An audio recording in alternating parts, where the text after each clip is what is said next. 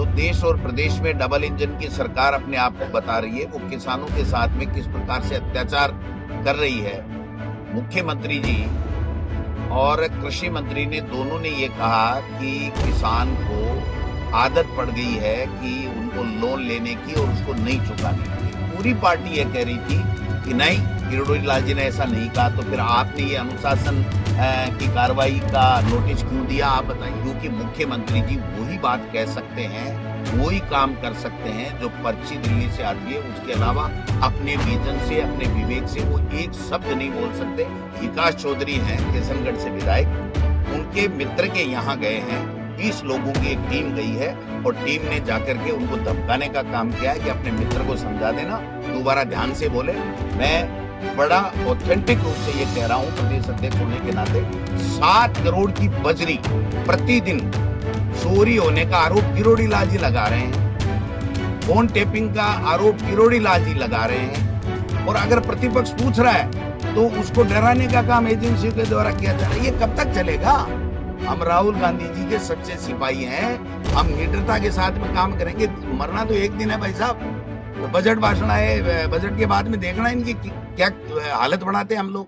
सरदार हरलाल सिंह जी की जयंती के इस अवसर के ऊपर हमने पुष्पांजलि परिवार के साथ में दी है और उस महान क्रांतिकारी स्वतंत्रता सेनानी और किसानों के, गरीबों के, सर्व समाज के जो मसीहा के रूप में पूरे राजस्थान में उन्होंने काम किया, और एक उस वक्त में जो संघर्ष किया, उस वक्त में जो राजस्थान को एक नई दिशा दी, राजस्थान के लोगों को एक नई दिशा दिखाने का काम किया, और जो आतंक का वातावरण था उसमें उन्होंने सर्व समाज को साथ लेकर के और सबके कल्याण के लिए कार्य किए। इसलिए आज वो याद किए जाते हैं, बरसों बरसों तक याद किए जाएंगे। लेकिन मैं समझता हूं कि ऐसे किसान नेता जो सर्व समाज को साथ लेकर के उन्होंने राजस्थान में एक अच्छी लोगों के कल्याण की नींव रखी थी, उस पे आज पर्दा डाला जा रहा है, उसको कुचला जा रहा है। जो देश और प्रदेश में डबल इंजन की सरकार अपने आप को बता रही है, वो किसानों के साथ में किस प्रकार से अत्याचार कर रही है। जो केंद्र की सरकार हो, 3 काले कानून ला करके किस प्रकार किसानों को प्रताड़ित करने का काम किया, उनको आतंकवादी, उनको पता नहीं किन किन नावों से उन्होंने अलंकार लगा लगा के डके, चोर, उचंगे, पता नहीं क्या क्या कहा। और आज भी किसान बॉर्डर पे बैठा है, उनकी कोई सुनने वाला नहीं है। और यहाँ तो किसानों की कोई सुनने वाला है ही नहीं। मुख्यमंत्री जी और कृषि मंत्री ने दोनों ने ये कहा कि किसान को आदत पड़ गई है कि उनको लोन लेने की और उसको नहीं चुकाने की। और उसके बाद में मुख्यमंत्री जी हाउस में ये कहते हैं, प्रश्नकाल के अंदर इंटरवेन करके, कि मैं भजन लाल ये कह रहा हूं हाउस के अंदर कि जो बाजरा खरीद का हमने संकल्प लिया है एमएसपी के ऊपर, सरकारी बाजरा खरीद का, वो हम पूरा करेंगे। और आज उनका किसान आयोग का चेयरमैन मना कर रहा है। राजेंद्र राठौड़ जो तत्कालीन नेता प्रतिपक्ष थे, वो कह रहे हैं हमने, हमारी कमेटी ने घोषणा संकल्प पत्र बनाया था और मैंने वादा किया था प्रदेश के लोगों के नेता प्रतिपक्ष की हैसियत से। आज सारे के सारे मना कर रहे हैं कि बाजरे की खरीदी नहीं होगी।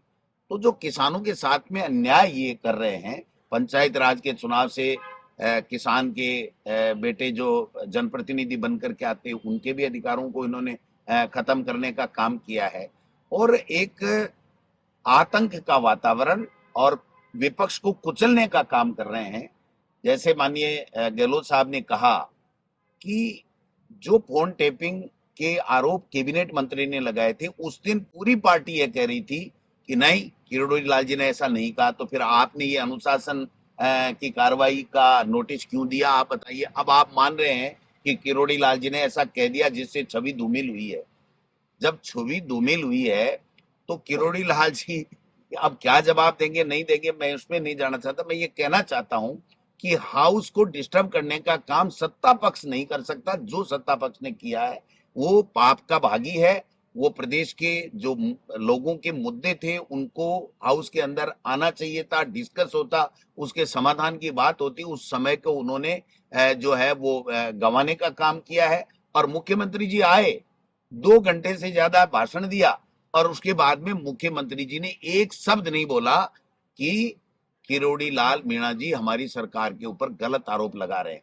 क्योंकि मुख्यमंत्री जी वही बात कह सकते हैं, वही काम कर सकते हैं जो पर्ची दिल्ली से आती है। उसके अलावा अपने विजन से, अपने विवेक से वो एक शब्द नहीं बोल सकते। ये अब प्रमाणित हो गया है, बच्चे बच्चे को पता चला है। और इनके मंत्री भी कहने लग गए कि हमारी सरकार तो पर्चियों से चलती है, जो पर्ची दिल्ली से आती है उसके अलावा न मुख्यमंत्री बोल सकता है और न मंत्री बोल सकते हैं। और एक ट्रेंड और चला है कि अगर कोई हाउस के अंदर कोई भी एमएलए या प्रतिपक्ष का व्यक्ति अगर उसके सरकार के खिलाफ उसकी आलोचना कर देता है तो उस आलोचना के बाद में उसको डराना, धमकाना, उसके खिलाफ जो है वो जीएसटी की अधिकारियों को भेज करके रेड डालना या इनकम टैक्स में उसके लिए कहना कि इसका इनकम टैक्स का खगा लो, इसको ईडी वालों को कहना, एसीबी को कहना, ये एक मैं समझता हूं कि ये तो अंग्रेजों के शासन में भी नहीं हुआ था साहब। जो काम आज केंद्र की सरकार के साथ साथ यहाँ पर जो भाजपा की सरकार है वो करने का काम कर रही है। प्रतिपक्ष जनता की आवाज उठाता है, उसका अपना कोई काम नहीं होता। और प्रतिपक्ष जब तक सही तरीके से काम करेगा तभी लोकतंत्र जिंदा रहेगा, वरना तो हिटलरशाही आ जाएगी। और ये हिटलरशाही ला करके और लूटो, कोसो, खाओ, मौज उड़ाओ, ये जो संस्कृति है भारतीय जनता पार्टी के लोग लेकर के आए, ये प्रदेश के लिए घातक है। तो ऐसे एक स्वतंत्रता सेनानी के इस जयंती के अवसर पर हम सब कांग्रेस के लोग संकल्प ले रहे हैं कि हम लोग इनसे डरने वाले नहीं हैं, इनसे घबराने वाले नहीं है। प्रदेश का जो भी युवा, नौजवान, किसान, दलित, पिछड़ा, महिला, बेरोजगार, सबकी आवाज बन करके, चाहे हम जेलों में जाएं, चाहे हमें कुछ भी वो लोग करें, कोई इतना भी प्रताड़ित गलत रूप से करें, लेकिन हम डरने वाले नहीं। हम लोग मुकाबला करेंगे और इनको हटा के रहेंगे। हाँ, गए हैं आपके विधायक हमारे जो विकास चौधरी हैं किशनगढ़ से विधायक, उनके मित्र के यहाँ गए हैं। और जिस दिन उन्होंने जो विधानसभा में बोला था किरोड़ी जी को और भजनलाल जी को लेकर के, उसके बाद में 20 लोगों की एक टीम गई है और टीम ने जाकर के उनको धमकाने का काम किया है कि अपने मित्र को समझा देना, दोबारा ध्यान से बोले। मैं बड़ा ऑथेंटिक रूप से ये कह रहा हूं, प्रदेश अध्यक्ष होने के नाते। मेरे पास 10-15 एमएलए कल आए थे, मैंने उच्च अधिकारियों से भी बात की थी कि ये परंपरा ठीक नहीं है। इस तरीके से अगर प्रतिपक्ष को आप डरा के, धमका करके और अपना अगर भ्रष्टाचार करना चाहते हो तो ये चलने नहीं दिया जाएगा। जनता खड़ी हो जाएगी, इनको पता नहीं चलेगा ये कहां गए। 7 करोड़ की बजरी प्रतिदिन चोरी होने का आरोप किरोड़ी लाल जी लगा रहे हैं, फोन टेपिंग का आरोप किरोड़ी लाल जी लगा रहे हैं, एसआई भर्ती के अंदर निर्णय नहीं लेने का आरोप किरोड़ी लाल जी लगा रहे हैं। और जो उनका कैबिनेट मंत्री है वो आरोप लगा रहा है, और अगर प्रतिपक्ष पूछ रहा है तो उसको डराने का काम एजेंसियों के द्वारा किया जा रहा है। ये कब तक चलेगा?